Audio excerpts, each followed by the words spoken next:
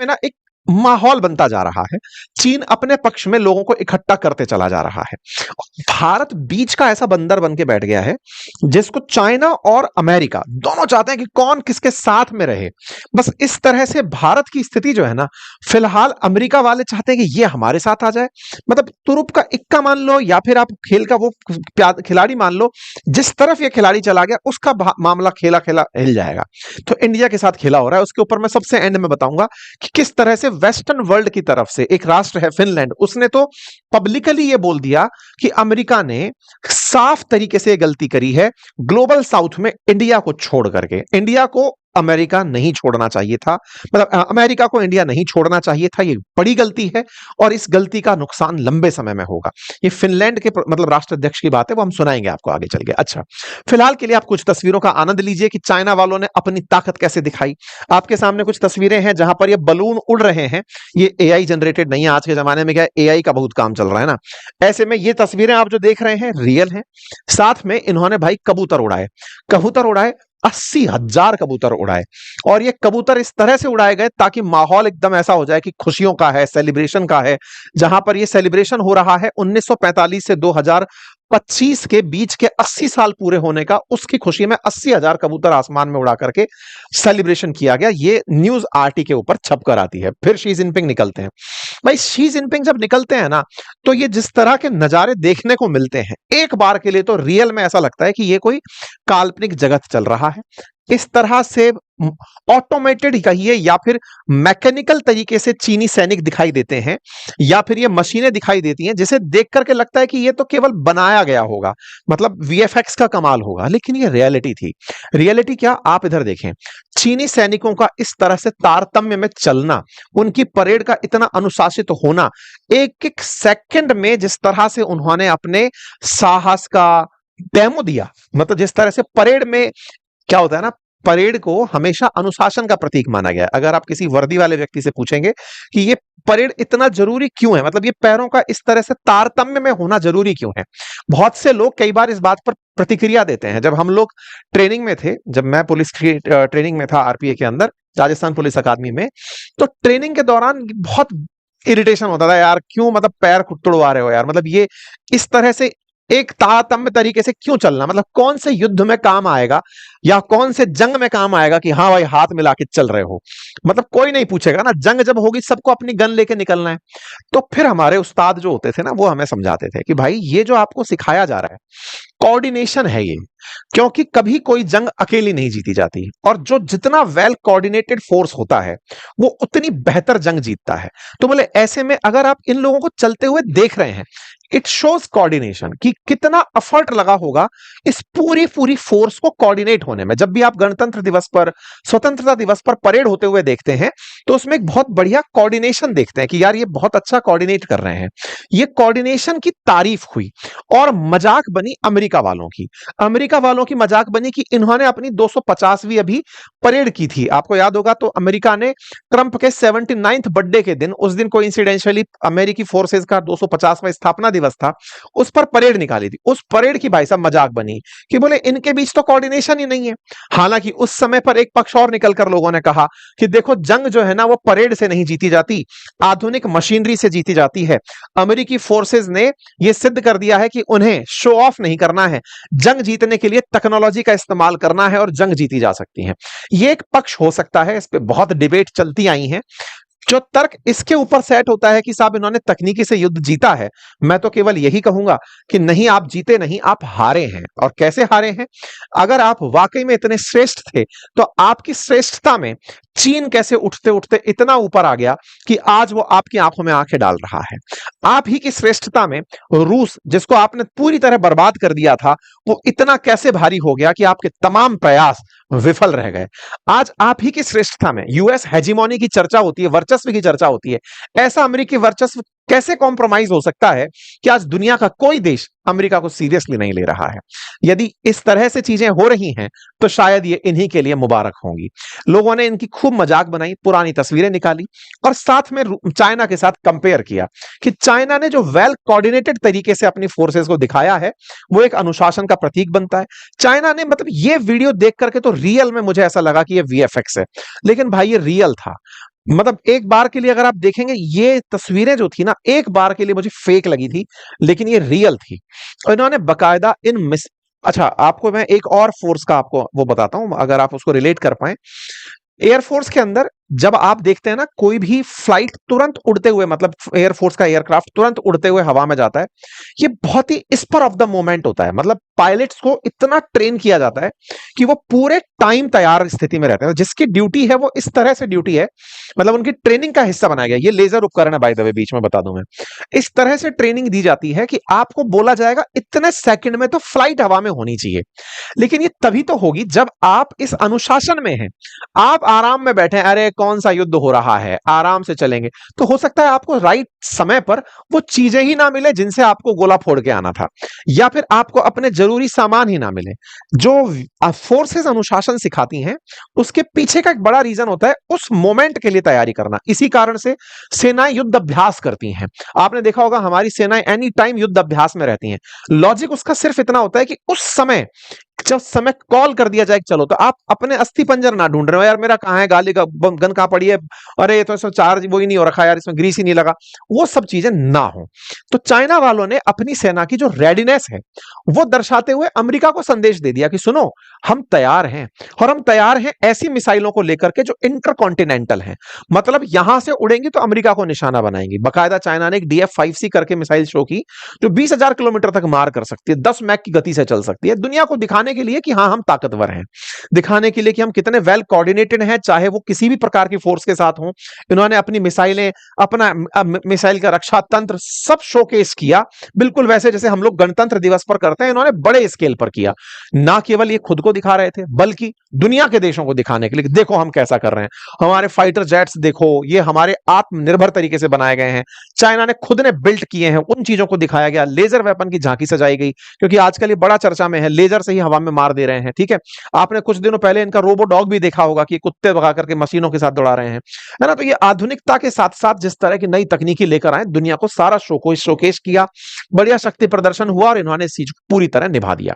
जब ये पूरा काम हो गया कि हाँ साहब बढ़िया काम हो गया है, तो लोगों ने इस पर अपनी अपनी प्रतिक्रियाएं देना शुरू किया कि हाँ सर, ये तो इन्होंने पूरी तरह शक्ति प्रदर्शन किया है।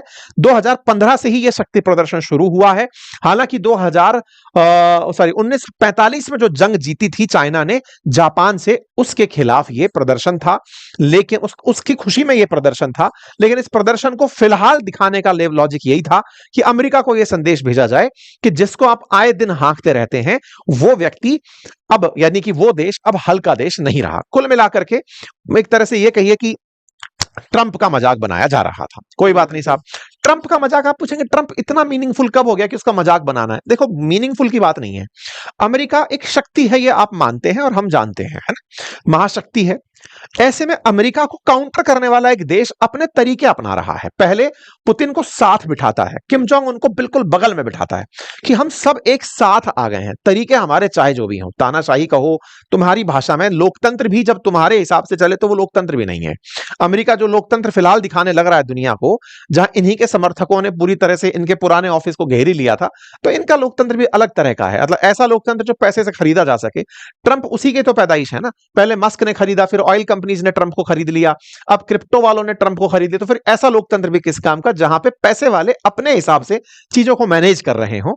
तो वो भी एक बड़ा विवादित चीज चल रही है। इन दिनों लोग डेमोक्रेसी के ऊपर क्वेश्चन कर रहे हैं कि ये कैसी डेमोक्रेसी जिसे कुछ पैसे वाले अपने कंट्रोल में ले लेते हैं, जो अपनी तरह से सरकारें चलाते हैं, जिस तरह से आजकल नियो कॉलोनिज्म का दौर है, या फिर जिस तरह के पैसे वाले लोगों ने अपनी सत्ता को कंट्रोल में करना शुरू कर दिया, ये कैसा दौर है। तो खैर, ट्रंप जो है अपने आप में लोकतंत्र के मसीहा बनने की तैयारी में रहते हैं, लेकिन उन्हें इस तरह की इन्होंने नुमाइश दे दी कि सुनो दुनिया वालों, इस बात को जान लो। इनसे पूछा गया कि सर आपने देखा कि वो आपको दिखाने के लिए शक्ति प्रदर्शन हुआ था। बोले हाँ मैंने देखा, चीन हमारा एक अच्छा मित्र है, लेकिन वो मेरे लिए नहीं था। चाइना को हमारी बहुत ज्यादा जरूरत है, और हमें जितनी चाइना की जरूरत है उससे ज्यादा चाइना वालों को हमारी जरूरत है। भाई का ईगो एकदम नीचे नहीं आता, ये अपने आप को मतलब एकदम समझता है कि ऊपर से उतर के आया है। हद तो ये हो गई कि इस परेड के ऊपर इसने ट्वीट मार दिया। क्या ट्वीट मार दिया कि चाइना वालों को बहुत बधाई कि उन्होंने विक्ट्री डे परेड मनाई, लेकिन वो इस बात को तो नहीं भूल गए कि उनकी इस जीत में हमारा भी बहुत बड़ा योगदान था। आप पूछेंगे ये क्या कहानी है? 1945 में जो विक्ट्री मतलब हुई थी, चीन ने जापान से जो जीत हासिल की थी, वो असल में चीन ने किसके सहयोग से प्राप्त की थी? बोले कि ये तो नहीं भूल गए। ट्रंप भाई साहब इस पॉइंट को मार गए, और तो और जो सरकाज़म मारा इन्होंने, व्यंग मारा, वो गजब का था। Please give my warm regard to Vladimir Putin, Kim Jong Un, as you conspire against the United States of America. मेरी तरफ से बहुत सारी गर्मजोशी भरी शुभकामनाएं दीजिएगा किम जोंग उन और पुतिन को, क्योंकि आप तीनों मिलकर अमेरिका के खिलाफ प्रपंच रच रहे हैं। चलिए साहब, तो पुतिन का मतलब इनके इन तक संदेश कुल मिलाकर पहुंच गया था। अब सवाल यह आता है, चीनी लोग भी इस बात को लिए कि भाई तुम्हारी वजह से हम कोई युद्ध नहीं जीते थे। तो आफ्टर ऑल वो युद्ध क्या था, मैं थोड़ा सा आपको ब्रीफ में बता देता हूं, हालांकि मैं शुरू से बताता आ रहा हूं। असल में जब सेकेंड वर्ल्ड वॉर खत्म हुआ था ना, तो हुआ कैसे था, जापान के हिरोशिमा और नागासाकी पर अमेरिका द्वारा बनाए हुए परमाणु बम डाल दिए गए थे, है ना। लिटिल मैन और फैट बॉय नाम से जो थे, उनको डाल दिया गया था। तो जापान जहां जहां कब्जा किए हुए था, अच्छा जापान ने क्या था, रियल में आतंक मचा रखा था। मतलब एक टाइम था 1937, जब मतलब एक तरह से समझिए कि बड़ा हादसा हुआ था जुलाई 7 1937 को, जब मार्को पोलो ब्रिज इंसिडेंट हुआ था। जापानी सेना जो जापान से निकल करके चाइना एंट्री की थी, उन्होंने चाइना में बहुत कोहराम मचाया था, बहुत से लोगों को मारा। जापान ने चाइना का लगभग 1/3 हिस्सा कब्जा कर लिया था, और ना केवल कब्जा किया, महिलाओं के साथ अत्याचार, बलात्कार, पुरुषों को बंधक बनाना, मारना, लाखों की संख्या में जापानियों ने चीनियों को मारा था। और 1937 में मतलब जापान जो है ना, मतलब एक तरह से समझिए कि उसको पता नहीं शक्ति का कौन सा स्वरूप उसने चख लिया था। उधर हिटलर चखा बैठा था, इधर जापान चखा बैठा था। इन्होंने मतलब हद मचा दी थी, मतलब भयंकर तरीके से। जिस जापान को आज आप देखते हैं, आज का जापान और उस समय का जापान बहुत अलग था। उस समय क्रूरता, आक्रांतापना जो था ना, इनके बीच का आक्रांता जो भाव था, वो था। आज का जापान तो बिल्कुल करते हुए दिखाई देते हैं, खुश कि साहब हम तो बहुत ही अच्छे हैं, एटिकेट्स वाले हैं। पुराना इतिहास उठाकर देखिए, इनसे क्रूर कोई नहीं था, मतलब ये इस तरह के थे। इवन भारत में भी जब ये आने वाले थे, मतलब बिल्कुल बर्मा तक तो आ ही गए थे ना। ये अलग कहानी है, कभी हम इस पर चर्चा करेंगे। सुभाष चंद्र बोस जी के बारे में कहते हैं कि वो ब्रिटिशर्स को हटाने के लिए जापानियों को साथ में ला सकते थे क्या, उस तरह की चर्चाएं उस दौर में चलने लगी थी। वो एक अलग पक्ष था, जब वर्ल्ड वॉर चल रहा था, भारत आजाद होने की तैयारी कर रहा था। तो कुल मिलाकर जापानियों ने चीन में खूब उधम मचाया था। इस उधम में जापानियों का पीछे हटना बहुत जरूरी था। इधर चीनी लोग थे, वो मरे जा रहे थे, लेकिन साथ साथ वो विश्व युद्ध शुरू हो चुका था। 39 में तो विश्व युद्ध सेकंड शुरू हो ही गया था, सेकंड वर्ल्ड वॉर। उस समय पर ये जो राष्ट्र थे, ब्रिटेन था, फ्रांस था, अमेरिका था, सोवियत रूस था, ये सब सेकंड वर्ल्ड वॉर के अंदर इन ताकतों से लड़ रहे थे, जर्मनी जापान जैसी ताकतों से लड़ाई लड़ रहे थे। तो उस समय पर एक तरीके से पार्टी बन चुका था चीन अमेरिका के साथ, फ्रांस, ब्रिटेन, रूस के साथ, कि हाँ हम जापान के खिलाफ लड़ने वालों में हैं। ऑब्वियस सी बात है ना, जब जापान ने चीन पर कब्जा किया है, तो ऐसे में ऑब्वियस है कि चीन जापान के खिलाफ है। तो एक तरह से जब जापान हारा, तो चीन ऑटोमेटिक विजेता बना। तो ये लंबे समय तक चीन ने भी सेलिब्रेट नहीं किया कि हम जीते या अमेरिका जीता। क्यों ऐसा बोल रहा हूं, क्योंकि बम तो अमेरिका ने गिराया था ना जापान पे, जापान पर बम गिराया तो जापानी सेनाएं हटकर पीछे गई, तब जाकर उन्होंने चीन को छोड़ा, कोरियन पेनिनसुला को छोड़ा, जो बाद में नॉर्थ कोरिया, साउथ कोरिया बना। तो असल मायने में हुआ यह कि बम ना गिरता तो जापान पीछे ना हटता। जापान का सरेंडर होता है 2 सितंबर 1945 को, और 3 सितंबर 1945 को चीन वाले खुशी मनाते हैं। उसे खुशी को ही ये विक्ट्री डे के रूप में सेलिब्रेट करते हैं। तो मतलब अमेरिका वाले इनको यही याद दिला रहे हैं कि बेटा तुम नहीं जीते थे, हम जितवाए थे।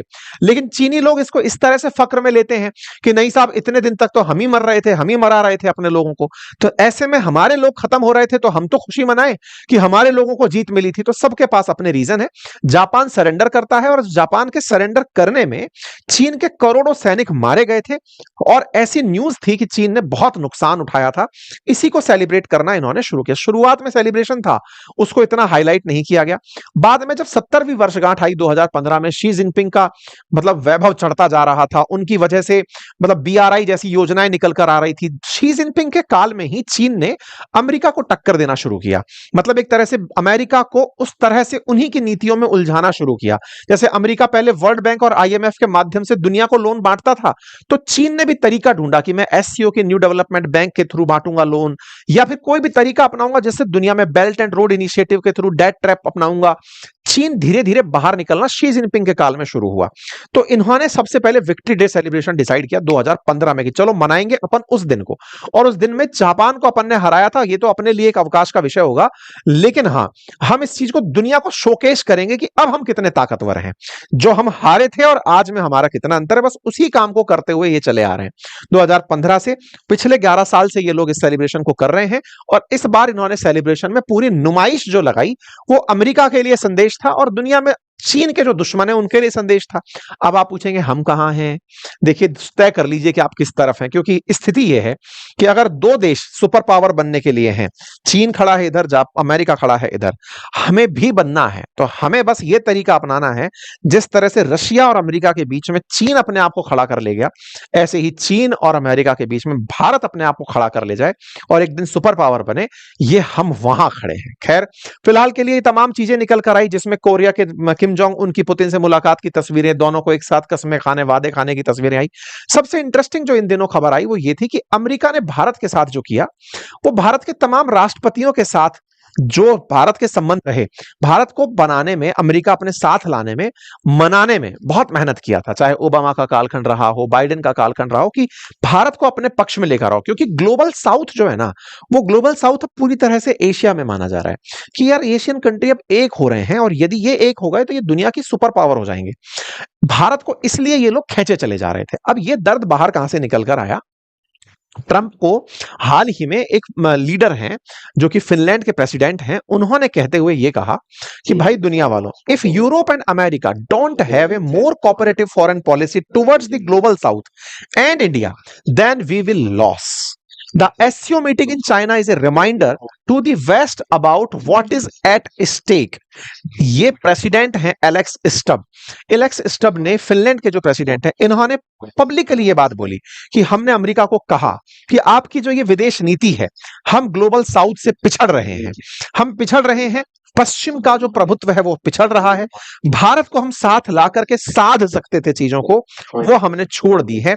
तो अमेरिका को अब ये लोग रिकॉल करा रहे हैं कि भाई साहब सुनो ना, आपकी गलतियां हुई हैं और उससे बड़ा नुकसान करने जा रहे हो। खैर अमेरिका को, अमेरिका की हालत मुबारक। फिलहाल के लिए तो यह है कि दुनिया में अब यह बात अध्ययन का विषय बन गया है कि कैसे अमेरिका ने भारत को अपनी फेल फॉरेन पॉलिसी का निशाना बना लिया। फिलहाल के लिए तो इतना ही है।